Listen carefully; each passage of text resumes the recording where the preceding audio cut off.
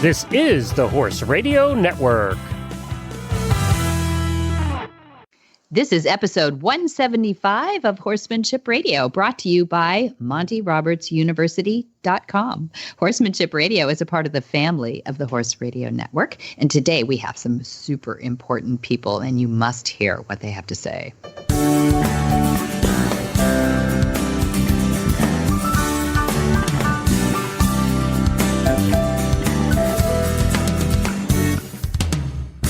This is Debbie Laux, and you're listening to the Horsemanship Radio. Thanks for joining us. Horsemanship Radio airs on the 1st and the 15th of the month, and I have my producer, Jen, with me today to help me. How are you? Welcome back, Debbie. I am great, and welcome to 2021. It is. It is definitely a Happy New Year. Happy New Year.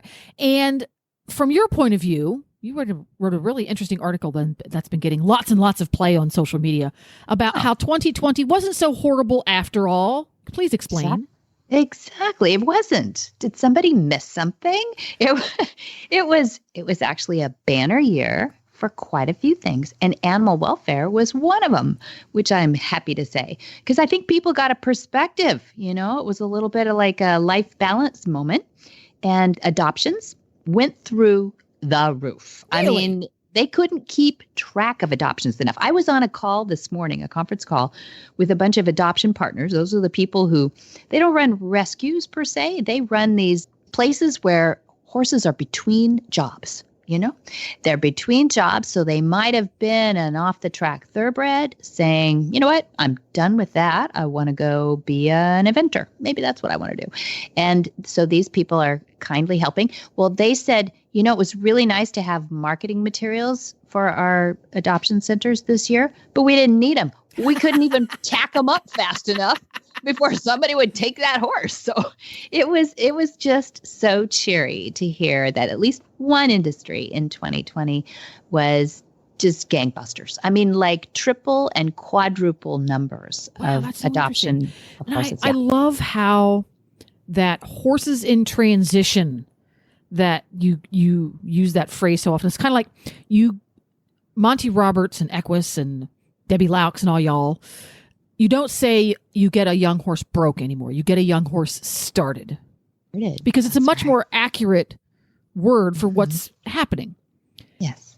Rather than saying, I want to adopt a rescue horse, I want to adopt a horse in transition is a much more accurate way of saying what happens a great many times. When somebody gets a horse through an agency, a organization that whose mission is to find homes for horses who had a previous career and are looking for a new one, many, many times that horse isn't literally rescued. When I think of rescue, I think of a horse that's in imminent danger of being shipped off to slaughter, or a horse who has been abused or neglected badly and he needs to be removed from that situation. I think of that as a rescue horse. But oftentimes, as in the case of thoroughbreds, he's fine. He's safe. He's being cared for responsibly.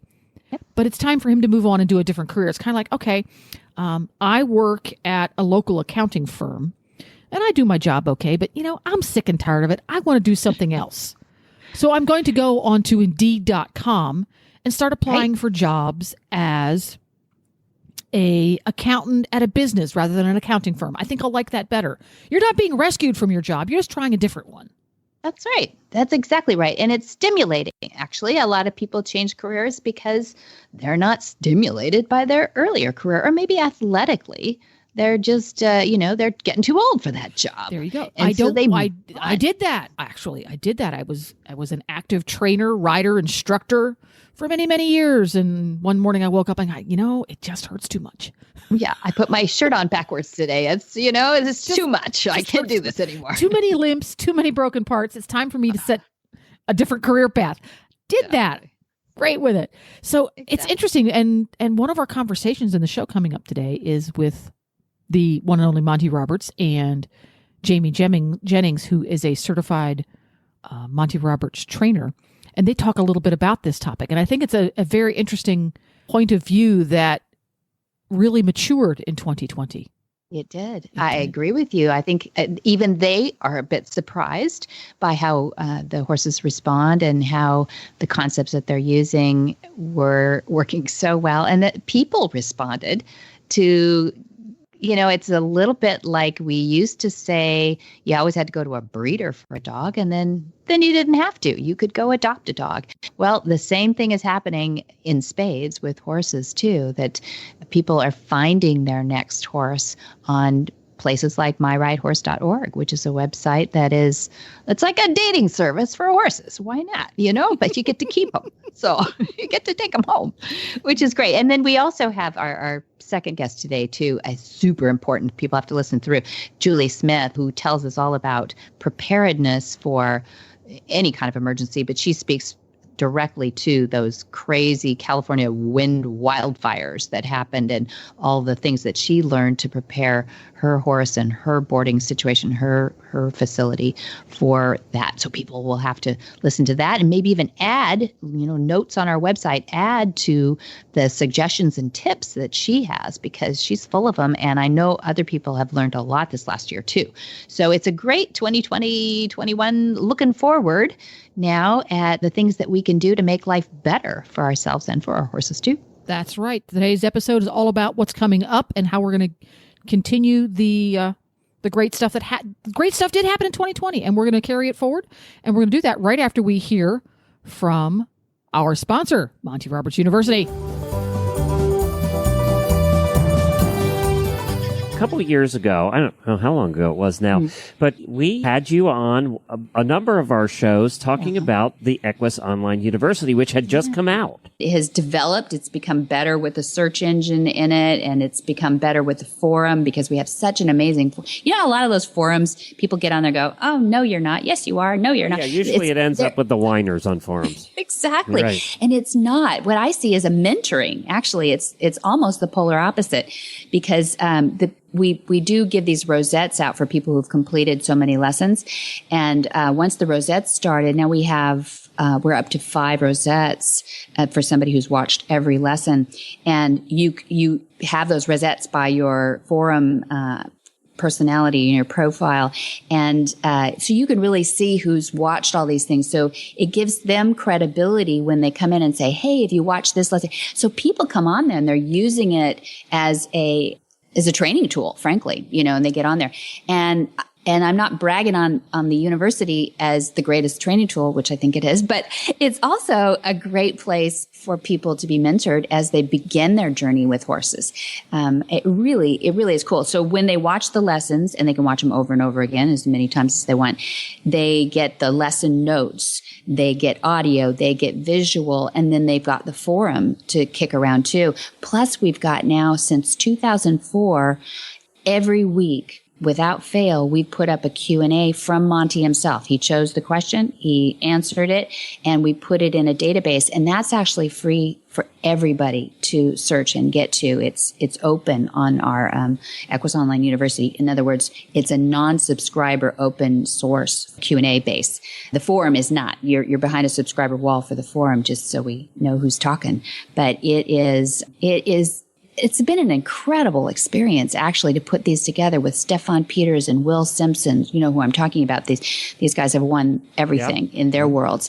And Charlotte Bradals, and if I get started, Richard Winters, and so many guest lecturers that are on there too. So some people ask, why is it called university? Well, that's what a university is. It's not just one opinion. It's not just one deliverer, and I think that's the difference between everybody is putting out a YouTube these days, and they're free.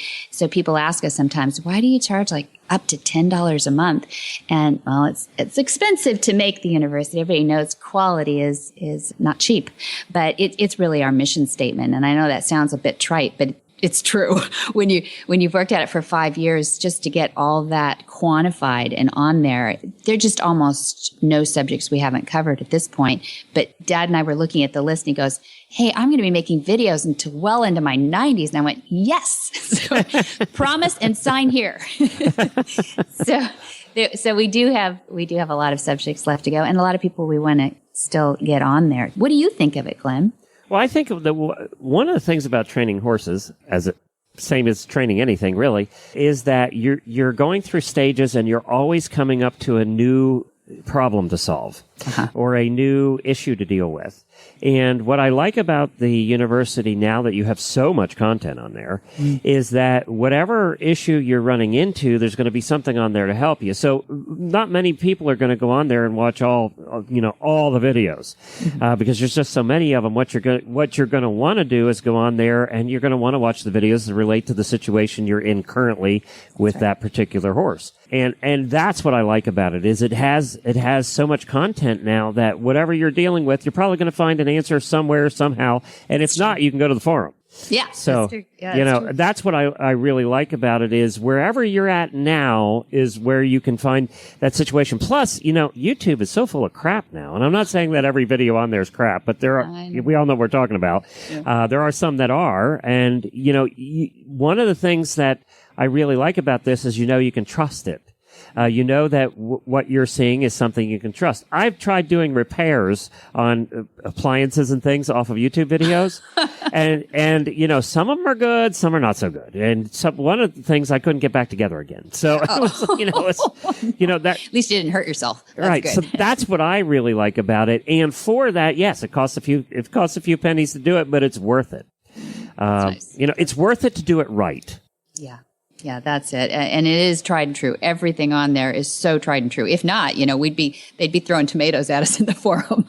But it really does work. And we are so happy that so many people have been interested enough at least to go there, and I should plug in the website right now is www.montyrobertsuniversity.com, because people can get a free day pass on there and go see what we're talking about and check out that search engine too. You can put in the weird little keywords and you find all kinds of crazy stuff. It really is cool. And it breaks it down by not just the lessons first, then it goes into the Q&A database, and then it goes into the forum. So you can actually pick and choose where you pick up those keywords from too. So it's great. And then you also have little challenge questions, which I love, the little tests at the end. There's always 4 questions at the end of your lesson to make sure that, you were watching.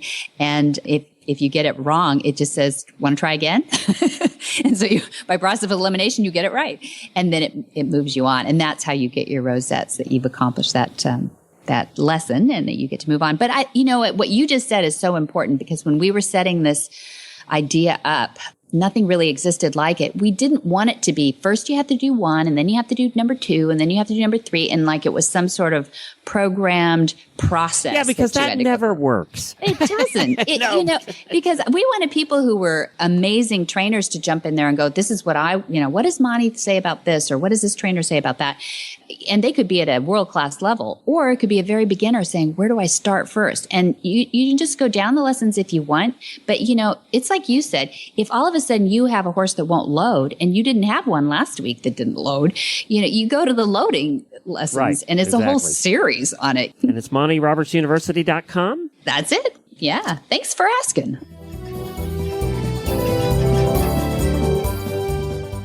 Today we have Jamie Jennings, Monty Roberts certified instructor and a certified trainer in Oklahoma. And we have Monty Roberts, the man who listens to horses. And actually, he's writing his next book, too. Something about the horses listening back. So we're excited to have them on today to talk about the transition horse programs and those that are adopting them. Well, welcome back. I have a dynamic duo on the line this morning. And if you guys read about this podcast, you will know that I've got Monty Roberts and Jamie Jennings, both of, I would call them podcasting fame at this point, but we've got them here for another reason. Hi, Jamie. Where are you hailing today? Hello, Debbie and Monty. I am in Oklahoma, in Norman, Oklahoma. Fought off some rain, been trying to the glamorous life of post-rain, mud, stall mucking cleanup, that's what we do. Aren't you glad we brought you inside for just a few minutes at least to talk to? It's a nice break. It's a nice break. And Monty, we've got you at home. You're at Flag Is Up Farms in Solvang, California, right? Beautiful sunshine, about 70 degrees or so. So mean. It's absolutely gorgeous. We need rain. We do need some of that rain. We need some of that Oklahoma rain. Well, I brought you both on today to kick off our new year. This is our first episode 175 of 2021. And I know a lot of people said good riddance to 2020, but I say good riding. There's been a lot happening in the horse world in 2020, and a big part of the conversation are transition horses. And I know both you are responsible, both of you, for really changing the conversation in OTTB, off the track thoroughbred transition horses. We're not calling them rescue horses now because they're just changing their vocations. And Jamie, I know we've talked to you throughout the year about the success you've been having with Horse and Hound, which is an operation that's been out there in Oklahoma for a long time now. But give us a little catch up of how you finished your year.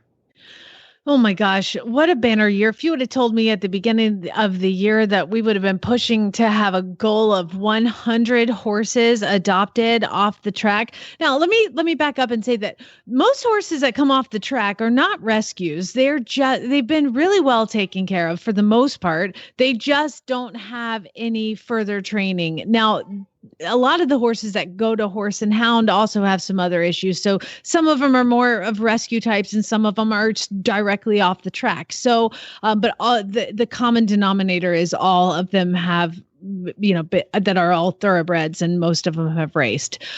So did I expect to be pushing for 100 adoptions? Absolutely not. The average adoptions of Horse and Hound Rescue Foundation in Guthrie, Oklahoma, they usually do 30 to 35 a year. Yeah. So, I mean, over triple the normal amount. And I do credit a lot of it. I mean, so much I wouldn't even be involved if it weren't for the right horse in the ASPCA to give a grant to them and say, hey, let's see if training these horses makes them more adoptable. And that is the task that I got, fortunately, because I am the only certified Monty Roberts instructor in the middle of the country. I was close, and I had actually met them because I had adopted a horse that I took to the Thoroughbred makeover and watched my progress. And when they got this grant, Nelda Kettles from Horse and Hound called me and said, we'd like to get involved with you. And I was like, well, what do you want of these horses? What would you like them to do? Would you like me to keep one horse for a month or one horse for a few days? Like, what is kind of the goal? And she's like, you know what? If we can get horses being videoed, walk, trot, canter, maybe jumping, maybe on a trail ride or something, and they have had enough training to be able to do that, they are much more adoptable, with people being able to see visually where they are now and where they can go in the future. So that's kind of been my goal. And it is, I wouldn't work with just any rescue organization. These people are amazing. Everything is 100% transparent, super honest. I remember when I was going to pick out my makeover horse, I was like, with my goals of 3-day eventing, I'm like, oh, I like that one. She's like, no, that one's got a knee. You don't want that one. Well, let's go. This is like this collection. She's just super honest, which I found really refreshing. Yeah. So as an organization to get involved with, we sign an integrity clause when you become a Monty Roberts certified instructor. And that was really important to me. And keeping that going is really important. So working with this organization, I felt like they're kind of along the same lines. And man, what a year, 100 horses. And as of January 6th, we've already adopted 2.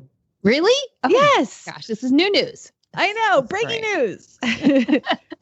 That is great. And, and I think, in the midst of a year that was just so crazy, it's such a great vote of confidence by people in horses too. It shows that they've maybe done a life balance moment in their thinking about how much work and how much play that they want to have. They've always wanted to have horses, and maybe this is their moment. But what disciplines are they going into, Jamie? What are people doing with these horses? Oh my gosh, a little bit of everything. In Oklahoma here, Western sports are very prevalent, so there's some horses that people will contact me like, hey, do you think that would be a play day horse for my daughter? Or somebody I've adopted them out, some horses with ocelots and big legs and big ankles and former injuries that are going to go be trail horses. And I just sent one. The one that got adopted yesterday is going to go up to Michigan to be a hunter. And I've sent out event horses and a dressage horse. I sent a dressage horse to California, all the way to California, not too far from you guys. And the horse came from my farm. So I'm really pleased to say that that's the thing about the thoroughbreds, Debbie. They can do everything. Yeah. Yeah. Now, wait a minute. I heard breaking news too, is that you're keeping one for yourself. I may have had to keep one. I did. So many come to the barn. I think numbers are in the 60s or 70s of one that I've actually put my hands on in the past, probably 15, 16 months. And I fall in love with all of them. Yeah. I just love them all for the way that they are. But this one in particular, he's a little gray horse, 16 hands. And I don't know. There's something I think that happens, and Monty can probably, I don't know if he'll attest to this or not, because he's not an emotional girl, but he put his head in my chest and he leaned up against me and he closed his eyes and he went, and he was like, okay, here you are. And I just fell in love with him. And he's 3 and he's got a lot to learn and he's right off the track and he's nippy and he's just silly, but he just stole my heart. So I had to take him. So now I'm the proud owner of a 3-year-old off the track thoroughbred and a Mustang. Yeah. And he's gray. And what's his name? Well, his name on the track was, it doesn't even make sense, Real of It. Okay. Real of It. So most everything here on my farm is, I let my 7-year-old name all the horses. So his name is Parker, as in Peter. He's Spider-Man. Perfect. I love it. So, Monty, is she right to choose her horse that way? Is what? Is Jamie right to choose her horse that way? It loves me, Monty. Yeah. No, of course she's not right. But that's what we all do. I have one right now that I fell in love with way back before her career on the racetrack. And now she's coming back to me. And why did I fall in love with her? I don't know. She told me that she really needed me to love her and to take care of her and be there for her when she was in need. And at this moment in time, she is at need because her racing career is over. So, of course, it's not right to express all that emotion to a flight animal, for crying out loud. But we do it, and Mother Nature must have said at some point in time it's right to do, or we wouldn't be so apt to do it. Yeah. Well, there is something about the flight animal and wanting to trust someone. And I guess when they find you, meaning the person they chose, then they're happy. Yeah, and the innocence of the flight animal, they mean no harm to anybody. And also the needs of the flight animal. When we first discovered horses and what they could do for us, they were doing fine in the middle of Africa. On the big grassy plains, and when we pulled them off of their plains and put them to work, they became animals of need. They needed certain things, oftentimes that we're too selfish to give them. That's true, and I think that's part of the appeal is that they do need us just as much as we need them, and it's a lifelong journey of learning how to take care of our horses. So tell us a little bit about this horse that's coming in today, our romance, and how you fell in love with her, how she needed you. Well, I was asked to go to a yearling sale a couple of years ago, and I selected this filly for a client of mine because of her conformation and her attitude and her athletic ability walking over the ground and stuff like that, which is about all you have to choose a horse for. Mm-hmm. And I chose her, and then he sent her back with me to my farm, and was she packed with energy. She was the most energetic young thoroughbred I think I ever had on this farm, and it so happened that at night she was running races in her box stall. Yeah. And in the morning, we were doctoring skinned places on the legs, and nobody could figure out how she was injuring herself quite so often. But my guys said she just runs and plays and kicks and has fun all night long, just so energetic. And I sat there with her one night for quite a while and watched her attitude toward what was going on in her environment. And I decided that she was looking for a friend. Mm-hmm. And so I got on the phone the next morning, and we got a pygmy goat. Mm-hmm. And, of course, I named him Amigo. And we made a little pen in the corner of his stable, and we put 2 stalls together. And we made a little pen there so that she couldn't hurt him because he was tiny, and she could have hurt him. And so we made this pen in the corner, and he stayed in there, and then they could reach over, the horse could reach over the top of the pen. It was only about 2.5, 3 feet high, and could reach over the top and sort of nuzzle one another, you know. And so they were together in that thing, in that confinement for about 2 nights. And the 3rd morning, they went in, and the goat had gotten out of the pen and was running around under the legs of this filly. And they called me, and I went down there, and they said, what do you want to do? You want to, raise the pen up, whatever, put a top on it or what? And I said, let me watch them for a while. Well, I have to tell you that there has not been a time when our romance has ever stepped on Amigo. Mm-hmm. And it was right then that way. He was so safe with her. It was unbelievable. And he would bleat the whole time when she went out to do her work on the track. And then when they came back, she got a shower and he got a shower. And then she was hot walked, and Amigo walked between her legs as she was hot walked. I mean, it was unbelievable. How do you have a goat walking between the hind legs, or let's say between the legs front and back of a horse as it's being walked in the yard, and not get it injured? And our romance could jump and kick and buck like she was very ambitious. And Amigo never got hit, never got injured in any way, and he's coming back with her.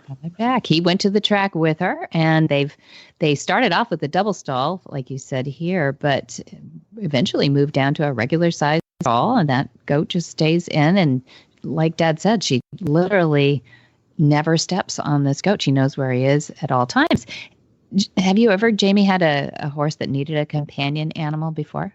Well, I was fortunate enough to be there when our romance first got her goat. And yeah, I mean, the guys would lead our romance out into the yard, and that goat was running and jumping and bucking and playing and running away and coming back and going underneath her belly. And she did, I would have thought she would have panicked when the goat ran off. And no, she just, okay, that's like, it was like her baby, and it would come back, and they were fine. I haven't had to get a goat, but I think it's probably because my husband would leave me if he came home and there was a goat in the barn. I've tried lots of things, but I'm smarter to try that. It is interesting. When she comes back, I'll be interested to hear what you do, Monty, because I find that these horses and the life that they're living at the track, it's very routine, very methodical, very much unemotional. Get the horse to do its job, put it back, rub its legs, give it a shower, whatever. All of the things that they do, there's not a lot of human connection with the horse and the human that's handling it typically. So when the horses come to me, and I was going back to where the horse had his head on my chest, he loves me, he needs me. Well, what the first thing I do when I get him here is I give him about an hour, and I take each one of them to the round pen and I do a join up. And I swear to you, Debbie, it's like those horses are so relieved for their whole entire life. Nobody has ever spoken their language back to them. And that's what you're doing when you're doing a join up with a horse, is you're speaking, you're finally somebody's talking to me the right way. And all of a sudden you have a horse that goes, "Oh, okay." And it's like they just go, "Okay, I'm safe here." And they just immediately go from like a 10 to a 2. It's just like, so I really feel like, I didn't mean to like personify or anthropomorphize this horse, but like, I feel like they all have a sense of relief when they're being worked with in a fair way that is in their language. Mm-hmm. Mm-hmm. Yeah, I suppose one of the most important things about this conversation, Debbie, is that virtually all of my adult life, and I'm 85, going on 86, and virtually all of my adult life, I've been involved in the horse racing industry and the horse industry in general. And at no time did I ever realize the number of horses that are looking for a home after some career like racing. And that oftentimes they're just loaded on a truck and sent to the killers, and they become dog food. And oftentimes, but I mean a very large percentage of those horses, could easily have another very satisfying life doing something entirely different than what they did on the track, but in fact causing people to be very happy with them. And I don't think the average person on the face of this earth realizes that there is that dearth of incredible animals out there that really could use a job, and we have not paid that much attention to them. When I see the millions and millions of horses that we have in the United States now, way more than we ever had when horses were our only form of transportation. There's way more horses now than then. And oftentimes, almost all the time, these horses that are retired from the track have another good 9, 10, 12 years of doing something that's very beneficial to us as human beings, and becoming more familiar with the flight animal and raising children so that they understand the needs of animals, and learning to ride, which is a valuable commodity in the face of this modern day we have. Learning to ride a horse and stay safe around horses is extremely valuable. So I was, the biggest thing about this conversation is how surprised I was when they started shipping these horses in that needed relocation, and me saying, "Wow, that is a good one. That is a good one. That is a good one," over and over again. Look at this. If I had this horse when I was 25 years old, I'd be asking $15,000, $18,000, $20,000 for this horse, because it could probably jump, or it could probably do a hunter routine, or it could probably run a barrel race, or something, or just ride the trails and be nice and quiet. There is a huge surprise out there for everybody that's on this radio today, that there are more of these horses available than ever you could imagine. And you have choices. You can go and find the one you want. You can get the color you want. You can get the attitude that you want. It's unbelievable, the numbers of horses that are out there. And I'm so proud that Debbie has taken up this opportunity, and we've followed Jamie through this, because it certainly surprised me how quickly Jamie went into those 50, 60, 70 horses, and now 100 horses already put with families. It's absolutely incredible, and I'm so proud of it. And I'm also proud of her realizing that Join Up is that connection with the horses that allow the horses to find a new friend, or to find a new way to live in the partnership with human beings, as opposed to being a slave to a human being. Yeah, that's right. That's right. Well, what I love about you two is that you start with your foundation of just relating to the horse, just assessing the horse and figuring out what this horse is all about and letting the horse figure us out when the horses land on your property. But there's a whole routine I know that you guys go through beyond that assessment too. And I think we don't have time to explore it all today, but I think people should go on your websites. Jamie, your Facebook page is Flyover Farms. Yeah, Flyover Farm, Jamie Jennings, certified Monty Roberts instructor. It's a lot.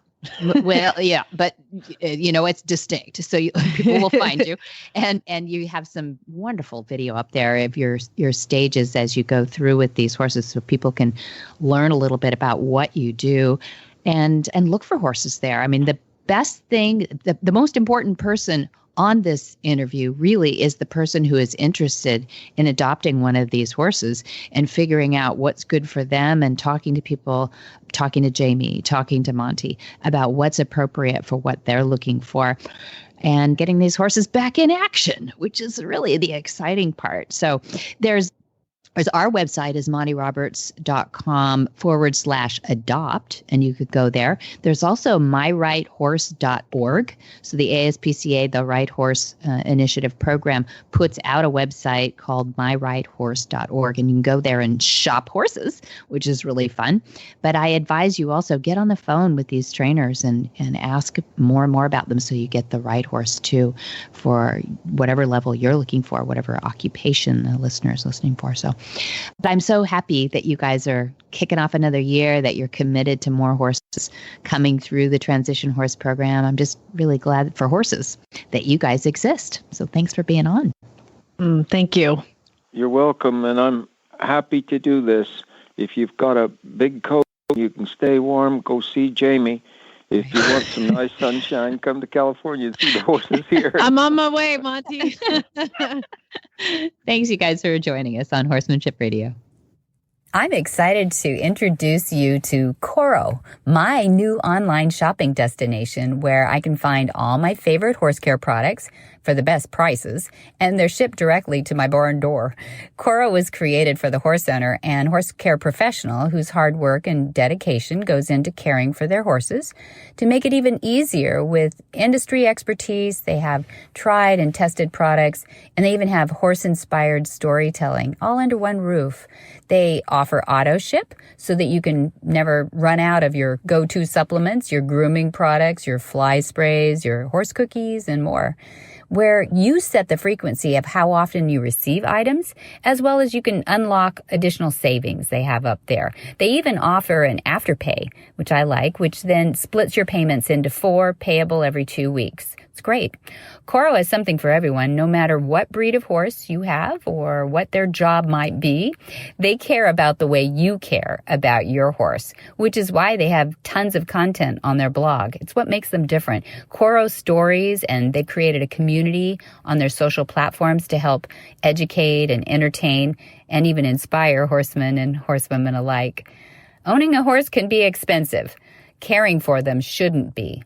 Check out their website today at coroshop.com. That's COROSHOP.com.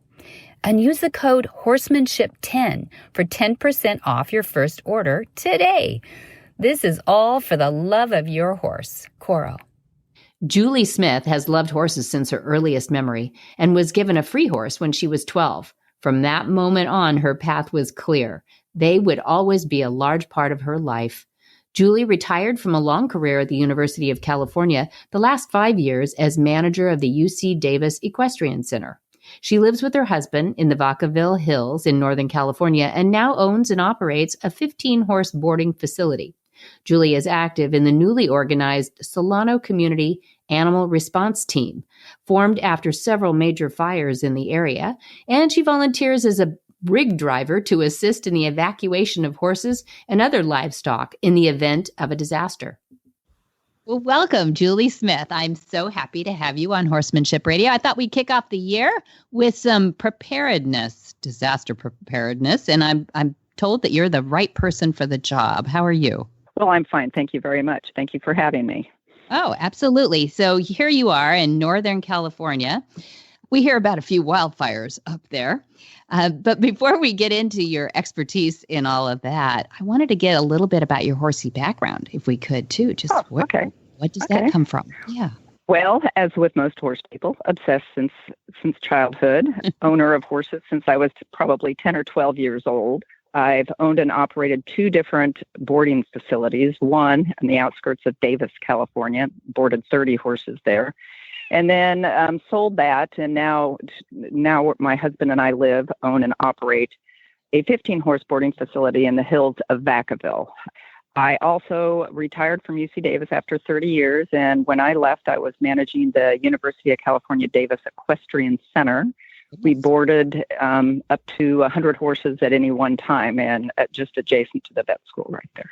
That's a story vet school, too. That's quite a job. And is that something that you were a professor there as well, or you were a facility manager? No, I was a facility manager. I managed the Equestrian Center, which was the recreational aspect of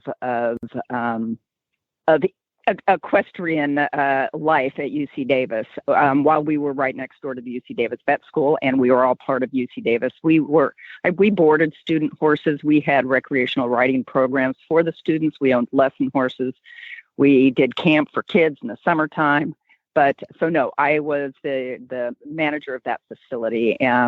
Particularly, I was hired in the last 5 years of my time at UC Davis to renovate it. It was in dire need of renovation. So that's what I spent my last 5 years at UC Davis doing, was renovating the Equestrian Center and redoing some of their programs and making it a safer, more fun, happy experience for UC Davis students. Well, see, that's exactly why we have you on the phone, that you do know how to design preparedness and safety for horses. So that's exactly who we wanted to talk to, because we, a lot of us get into these emergency situations with horses, and we try to prepare. We have our med kit, and we watched a few YouTube videos somewhere along the line, and we hope that we're prepared, but I have a feeling we're not terribly prepared. And so we really want to know from you, as we sit here in January. I know there can be emergencies in January as well, but in California, wildfires and windswept crazy wildfires have been the norm in the last few years. And as a facility, a boarder and everything, what do you ask your boarders to do to prepare? And what do you do to prepare your barn and your facility for the eventual maybe evacuation even? Well, I will say up until about 5 years ago, I didn't think of it all that much. I really didn't. We lived in an area that, I could see that the fire was potential, but it hadn't occurred, and we were fairly complacent. But in the last 5 years, as everyone well knows, there have been more and more fires, and they're becoming more and more wind-driven and more dangerous. And so our boarders, the boarders that I have here, when we agree for them to come in, and I only have 5 boarders, I will say at this point. All those other horses are my own. So we have about 10 of our own horses and 5 boarded horses. Most of them have their own trailers. But when we are preparing for fire season, we have learned over the course of the last 5 years that we best be better prepared. The first real evacuation we had was in June of this last year, where we had plenty of notice, and I could see there were fire in the hills and the wind was blowing. You never knew which way it was going to go. So I pulled the trigger and evacuated quite early. And all I do is my boarders know that if I call them on the phone, that they better answer it. It's an emergency. So they all come as quickly as they can, and we moved out in June. But it was disorganized. We had horses that did not want to get in the trailer because they hadn't been off the property in years, and we had to think about, where are we going? What trailer, who goes in what trailer with what horses, and et cetera. So after that experience, which actually worked out quite well for us, we were able to come home the next day. I set up a clinic for our boarders, where we brought in a local horsewoman who is expert in training horses to get in the trailer. Whether they've been horses that have been traumatized in the past, she has methods that are very, very kind, but which I Insistent, don't know what else to say other than to say that she gets them in the trailer on their own volition. Good. Yeah, it makes it happen without any pain and inhumane treatment, whatnot. And so I scheduled a clinic, and all our boarders came. We set up 2 different trailers, one a ramp, one a step up, one a slant load. One was also slant load, one was straight load.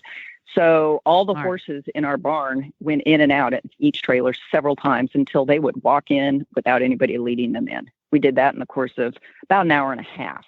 So all the horses were refreshed. I mean, most of them have always gotten in trailers in the past. However, in a circumstance where time is of the essence, or it's dark, or there's no lights and it's windy, they better be really quick at getting in. So I did that, and that was very helpful because it wasn't 2 weeks later that the big fire came through here. And the call went out at 1:00 in the morning. To back up a bit, I was called out to help a friend who was more at the epicenter of the fire, and she was proactively evacuating. She had 18 horses to get out of there, and she evacuated before she was told to evacuate just because she could see that things could get bad, and she wanted to do it before it was the middle of the night.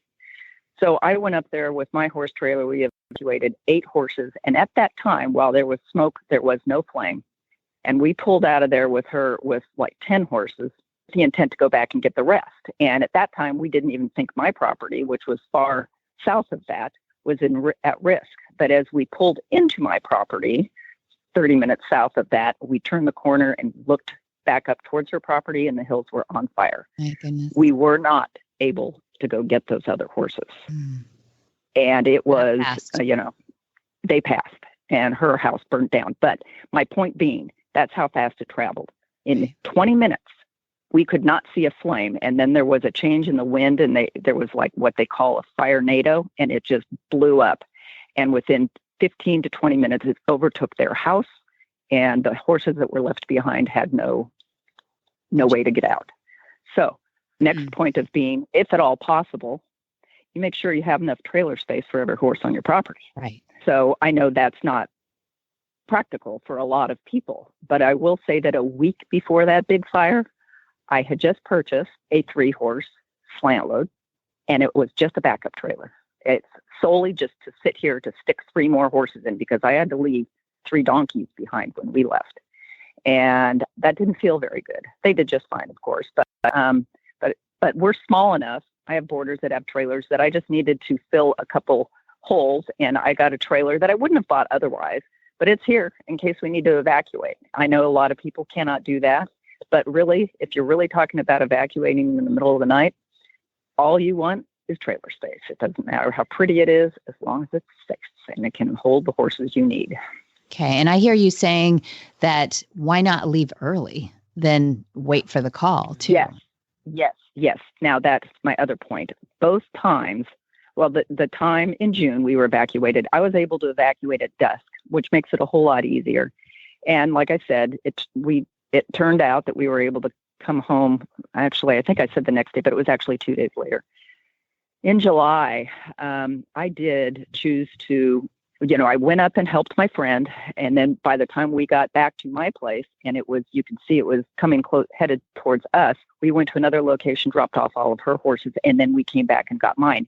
And still, there was not a mandatory evacuation in place.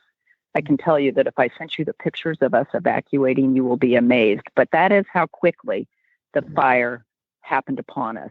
There was no warning. And I am not faulting any fire department, CAL FIRE, anything. It was just one of those natural events that nobody could have planned on. So if you see fire in your neighborhood, even if it's 5 miles away, 10 miles away, but the wind is coming your direction, or it could switch and come your direction, I say make arrangements and get out. Where do you take those horses? Where do you take those horses, Julie? Where are you going to go that there isn't wind? So what's the plan? Well, I live in what is now considered a fire zone, which didn't used to be, but it is now. And I have connections in Davis, which is 25 minutes away. Okay. And I have a friend who owns a barn there, and she has many openings, and I've made arrangements with her ahead of time. If I need to evacuate, can I come to your place? And she says anytime. Okay, so she's not in the fire zone. Where we go. Is that what you're saying? She's not in the fire zone. Yes, she is in Davis, in the flatlands, across freeways, whatnot. It's 25 minutes to get there. We can get there quickly, dump horses, and come home. Okay. So that's an arrangement I have set up ahead of time. So find and an I always arrangement. know I can go there.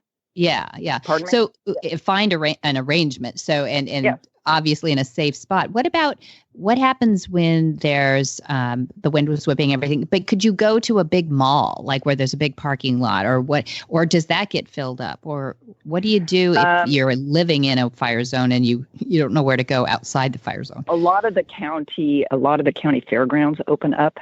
That's where you could go. In our particular circumstance, getting to Fairfield, the fire went over the freeway, which would have prevented anybody from going really to a mall, a close by mall. But I would head to county fairgrounds. Okay. But another thing to keep in mind when you're planning ahead for where you would go, keep in mind you need to have more than one option. What if the fire comes from the south, or what if the fire goes from the east, and that's where your evacuation is? I can pretty much bet that in our area, it comes from the north. I need a place that's far to the west, far to the west away. So that's where we go. But you should have a place to go in two different directions in case a road gets blocked or the other place fills up. Depends. You do need to have a couple options. Mm-hmm. Okay. And then also, here's the hard one. The emotions are high, and I know that you've practiced at home with the trailers, but how do you emulate, or how do you practice that high stress emotional? I know the horses feed off of that, and I know that you'll get them in the trailer. What do you do? What do you tell people to do to bring their own emotions down so they can think straight? Sometimes you just have to grab them by the arms and say, calm down. You've got to keep your head about you. Get your head in the game. Calm down. And the practice runs that we've had, I will say, made a huge difference in that. But once we did it once and then had our little practice session, we were a well-oiled machine after a little training session. But you're right. There's a heightened sense of anxiety. We were trying to load horses in the dark, in the wind. Yeah. All the power went out around us. And sometimes you just almost you would have to take somebody by the shoulders and say, get over it. Come on, get your head in the game. The horses need you. That's right. Yeah. What about the horses? Now, when you get to the spot where you're settling in a little bit, what do you do to bring them down emotionally too? If sometimes you don't have time to even worry about it. Sometimes minutes matter, and sometimes you are running into a facility and dropping off horses with a hope and a prayer, and you're turning around and going back and getting more, or helping someone else get horses out. I've spent a lot of time assisting with other people who don't have trailers or who are stuck behind fire lines to go get their horses. So sometimes you don't have a choice. You just have to, realize that you got them to a safer place. And they may get bit. They may get, kicked by one of their pasture mates if they're in a situation they're not accustomed to. But I would say if you have time, and we did in one of these circumstances, you load their own hay, you keep their, in the forthcoming days as you're evacuated, you try to keep their schedule, you give them the same food, you hand walk them. But, it really is just about you.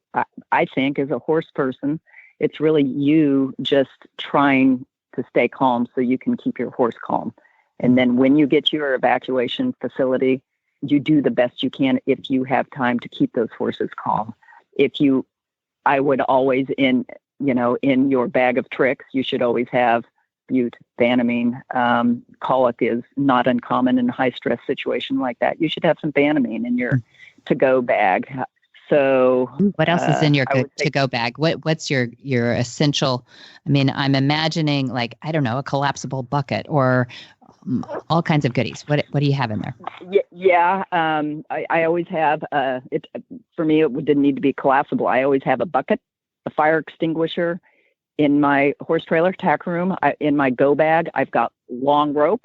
in case you need an extra, for many reasons. You can use it for many reasons. You might need to use it as like a temporary, stall or as a temporary divider between horses. Usually doesn't work, but it can in a pinch.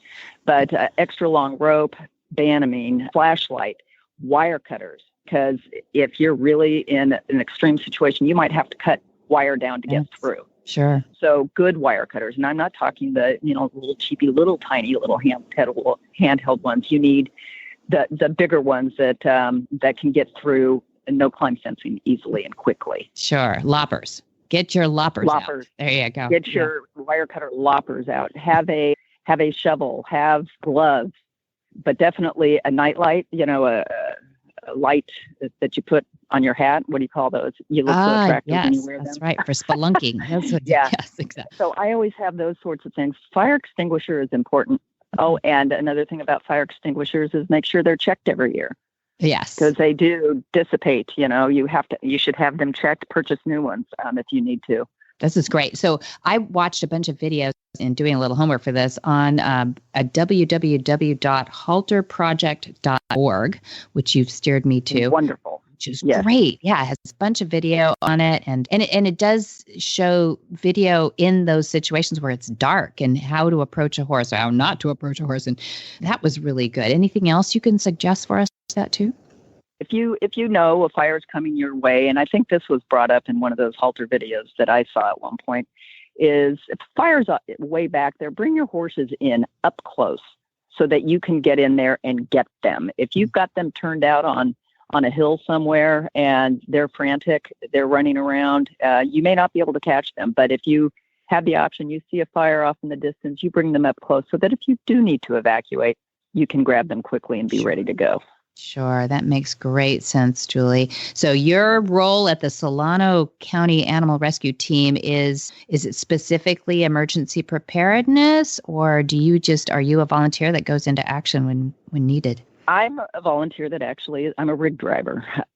Solano CART started about 3 or 4 years ago with the big fires in the Santa Rosa area. And there was a loose-knit group of people that just hopped in their trailers and went out to help.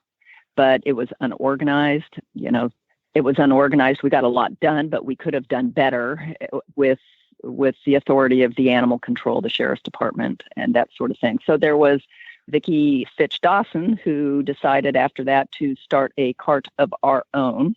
And we had lots of training through FEMA and whatnot, but is clearly volunteer. And we assist with local law enforcement, fire, animal organizations to assist people getting their horses out. There's so many people in these little nooks and crannies that have horses and no way to get them out, which always as a horse person kind of surprises me. But that's another thing for planning early and evacuating earlier. If you're one of those people that don't have a horse trailer, call ahead of time, because calling in a moment of need, you're going to be down on the list. And some of these places are in remote areas where the ingress and egress is very difficult, and the roads get clogged quickly. So that's another reason to evacuate early.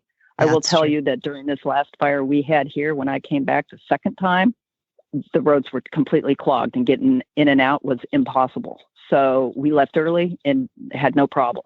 Yeah, good advice, Julie Smith. So people should look Julie up in the Northern California area, in the Solano area. You'll find her on lots of lists of people that are helping in a super dangerous fire zone area. But what isn't with fires these days too? So halterproject.org was a great one, and any CART, which is the acronym for County Animal Rescue Team. So volunteer teams like that. And maybe somebody listening can listen to Julie and make maybe a haphazard group even better because of the tips that you've given us today, Julie. And absolutely. Get them prepared and even more prepared. Don't just wait to learn from the first big fire that goes through. I so appreciate you, Julie, and we'd have you back anytime if you had any innovations or anything to help. One more point? Please. May I make one more point? Always keep your truck in fire season. Always keep your truck and trailer in operating condition. And always make sure you got a half a tank of gas. I was going to say at least a half a tank of gas. Exactly. And some water for yourselves too, girls. So yeah, good. I'm so glad you're out there, Julie. I appreciate your time today, and let us know if there's anything else. Well, thank you for what you do. Whisper the language of the herd. Listen, you don't have to say a word. It's time for Jamie Jennings to fetch an email from Monty Roberts' inbox and share a morsel of Monty's wisdom in a little segment we like to call Ask Monty. Leave this world a better place than mine. The magic in the language of the herd. Dear Monty, you've created special programs for veterans, abused children, people with post-traumatic stress disorder. What is it about the impact of horses on these people? Monty's answer. Those familiar with my thoughts on healing should know I don't believe there should be a D in PTSD. The D in PTSD should have been an I and stand for injury. Going to war and coming home with extreme trauma is an injury and not a disorder. Injuries heal and disorders tend not to. This helps veterans avoid becoming a victim of a system that does not train them to re-enter civilian life. Instead, the horses help participants grow to trust again. Trust is the essential ingredient in horses helping humans. When humans can get their anatomy to convince a horse to trust them, then the horses realize that trust is possible.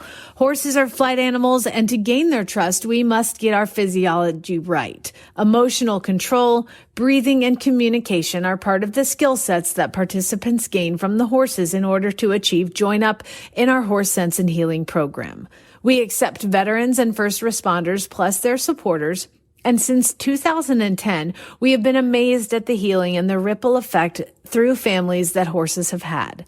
Read more about the program and consider supporting the program through the nonprofit. The horses and our military and first responders deserve it. For more of these insights into good horsemanship, go to montyroberts.com and click on the words Ask Monty at the bottom of the page. What in the wide world of sports is going on here? Where in the world is Monty Roberts? Monty is looking forward to meeting some new friends, two-legged and four-legged, in January. Here we are. Coming right up is the 22nd to the 24th. We have our Horse Sense and Healing for veterans, first of the year. And then on the 25th, we have our Horsemanship 101. So we're adding some dates for that too, because that's become real popular as a daytime, just a one-day course that's really fun in the concepts. And then in February, we have February 1 through 5, we have our Gentling Wild Horse course. We made it into a one-week program with the transition horses that we have now, too. We will go back to the 2-week format in the summertime for people who want to come and chill for a couple of weeks. But that's going to be fun. And then the 8th through the 12th of February, we have Monty's special training. We have that because we didn't get to do as much as we wanted to in the summer of COVID. So now we're going to add one. We have way too much fun at those. So 8th through 12th. And then 14 through 16, we have the intro course module 2, and that is Join Up. That's the one that Jamie talked about doing this last interview, and people should know it's important stuff. And then 17 to 19, we have the Module 1, which is the first steps to Monty's method. It's a lot of dually training, a lot of ground manners. And then 21st through 23rd is the long lining course. It's a lot of ground driving and learning to prepare your horse for the saddle before you're even in the saddle, which is a lot of fun. And then 24th through 26th of February is Module 4. And that's when we bring back those people who are preparing for their intro exams, or they could take all 4 in a row and get ready for those exams and be on their first leg to becoming a certified instructor like Jamie. And then in March, we have 5 through 7, our next Horse Sense and Healing clinic for veterans and first responders. Then 12 through 14 of March, we have the intro course module 1, first steps to Monty's methods. Then 15 through 26, the introductory course of horsemanship. That's the 2-week course. You could take it all at once. And then April, we'll make a long-term leap here to 1, 2, 3, 1 first to the 3rd is the intro course module 2, which is the join up. And then 4 to 6, we have the intro course module 3, which is the long lining. Lots of opportunities to learn, Jen. They abound. And you can find all of that and more at Monty Roberts' website. It's www.montyroberts.com, or You can call the fine folks at Flag is Up Farms, 805-688-6288. And for details about today's show, you can go to horsemanshipradio.com, where you're going to find links, photos, and more information about today's topics and guests. And we love your feedback. Great way to do that is on Facebook or other social media. On Facebook, it's Monty Roberts. On Twitter and Instagram, it's Monty_Roberts. That's the little dash that goes on the bottom. Don't forget to get the app for your iPhone or Android. Just go to your app store and search Horse Radio Network. It's free and easy to download. And many thanks to MontyRobertsUniversity.com for being our reason to be. Be sure to visit all the other great shows, too, on the Horse Radio Network at www.horseradionetwork.com. Until next time, have many happy horse hours.